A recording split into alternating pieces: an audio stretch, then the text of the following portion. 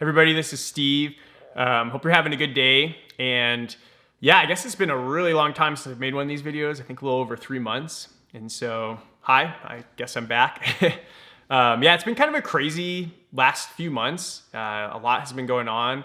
A lot of good stuff, kind of some tough stuff. And then, yeah, this video is gonna be a little bit different. I really just wanna, I guess, kind of be real and raw and just share a little bit where I'm at. And I hope, like mainly with the hopes of maybe for other people connecting with what I've been experiencing.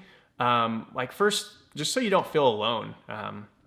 Just to begin with, I've noticed kind of I guess in my job, I work as a school counselor. I've noticed a lot of heaviness with the students I work with and a lot of anxiety. And then I've noticed that also with my friends and just other adults too. It just seems like there's a lot of heaviness that's out there right now. A lot of people who are feeling anxious and honestly are in some pretty low moods is what I've seen. And so I've noticed actually myself, that's been the case too. And, in these last few months, there's quite a bit that's gone on that I think has led to that. And one of them, again, just to be pretty real and honest, is I was in a relationship and it was a great relationship. I still admire the person very much and I'm super thankful for the experience and just had a ton of fun. And for me, my faith's really important. And this person loved Jesus and really would point me towards God and I'd point them towards God. And I just felt like it was like a really God honoring relationship. I just feel good about the way we were in the relationship and just it itself. But it came to an end, and I think that can be hard, especially when it's a good thing. But sometimes even good things come to an end, or just timing isn't there. And so yeah, I say that just to say that kind of is an event that I think can kind of trigger a little bit of mourning just for the loss of this good thing that I think for both of us we appreciated, we found to be a positive thing. But in me, I've noticed sometimes these triggers, and this happened in this case, can draw out kind of other stuff that's going on. And so I realized there's kind of this loneliness and maybe isolation that I've really felt for quite a while now and just not ever addressed or really, I guess, worked through. And it kind of made me realize that, I think in this person, I was kind of looking to fill that. And ultimately, I don't think a single person can really fill you. In a lot of ways, sometimes in relationships, we may think they can. And so, afterwards, I found myself in this place where I'm I don't have a lot of community, and I need to build more solid community, where I go deep. And I think for me, that looks like being a lot more honest, kind of with myself and then with people, and not being afraid to go deep when it gets hard or uncomfortable. I think I'm pretty good at staying surface level at times with some folks.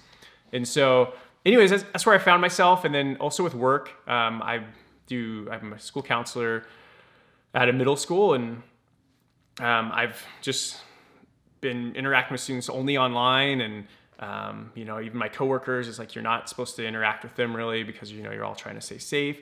And so it's been really hard, again, very isolating and a very challenging thing. And so I find myself in this place where, and unexpectedly, at my job, it actually produces a lot of anxiety. When I'm sitting still, I've realized I need to move at my job. I get anxious. And then my mood's been pretty low because I felt isolated and disconnected. And obviously with all this, right, we've got this pandemic going on that by the nature of it, disrupts our rhythms and routines and then keeps us more socially isolated. And so again, just having noticed that a lot of other people are there, I just wanted to say where I'm at so that first, I hope you're not alone. You're not the only person, if you're feeling how I am, that feels that way. You now know at least one other person. And I imagine if people are honest, because sometimes on social media, we're not always honest, right? We're kind of putting on our fake faces or trying to, make everything look good. And I do this a lot, if I'm being honest myself. And, there's a lot of people who I imagine are experiencing what you're experiencing right now. And sometimes just knowing there's at least one other person that's there can help. And yeah, so I would say that's my first thing. And then second, don't quit and get help. And so this is not my cry for help. This is not me getting help. This is just kind of me taking an opportunity to be honest in a way that I think might be positive for other people too, and I think it's just positive for me to be honest. So if nothing else, I'm getting something out of this, I guess. But I've like pursued a counselor, and so I'm meeting with a counselor now.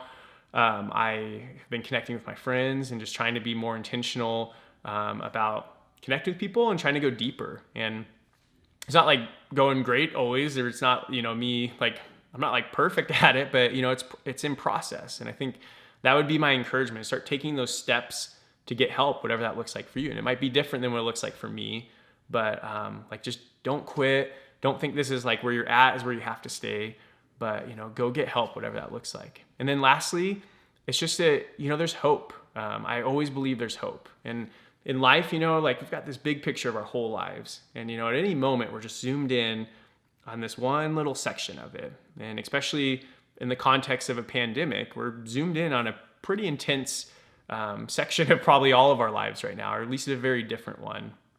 And so what I would say is try to, like, as much as obviously this is where we're at, like, remember, where you were and what that looked like. And then remember that the future also isn't going to look like this, right? And so, like, remember back to those good times. Remember back to, like, what life can look like also. And then, like, believe that in the future, in some ways, it might not look exactly the same for us, because I'm getting older, and, like life changes as you get older. And that's not a bad thing. But, I think life can still look good. I think there can be a lot of positive things that we have to look forward to that we might not be experiencing, in the moment that we find ourselves in. And, just as from a faith perspective, because that is really important to me, and I always like to share that, in these videos. In the Bible, in Psalm 9:18, it says, "But God will never forget the needy. The hope of the afflicted will never perish." And so, like, God doesn't forget us when we're needy. Even when we're afflicted, the hope of the afflicted will not perish. And so I hope that in that promise and many other promises we see in the Bible of the hope we have, especially in the person of Jesus and what he did for us, that we can cling to that we can cling to community. Like, the Bible is also very clear, like, we're not supposed to do life alone. Like, the first time you see when God's creating the world in Genesis, something isn't good. Like, he creates all these things and he says, it's good, until he sees that man is alone. And when he sees that man is alone, he says, that's not good.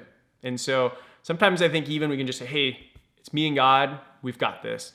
And, like, by default, like, God's actually created us where, it's like we need God. Like, he can kind of fill that place in our heart that only he can. But he's also created us to be social and to connect with others. And so don't forget how important that is. And I think that's my main thing.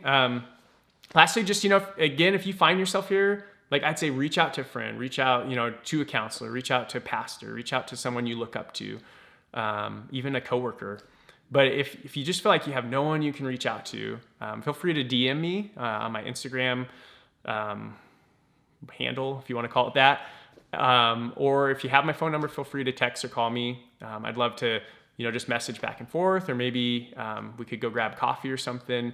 But so I hope in some ways, even though it's kind of a Debbie Downer message, I hope this is encouraging, and I think despite maybe not feeling, as peachy as I'd like, I still do have hope and still do believe in the goodness of God and, like, what he's doing through this season. So, all right, I'll talk to you guys later. Bye.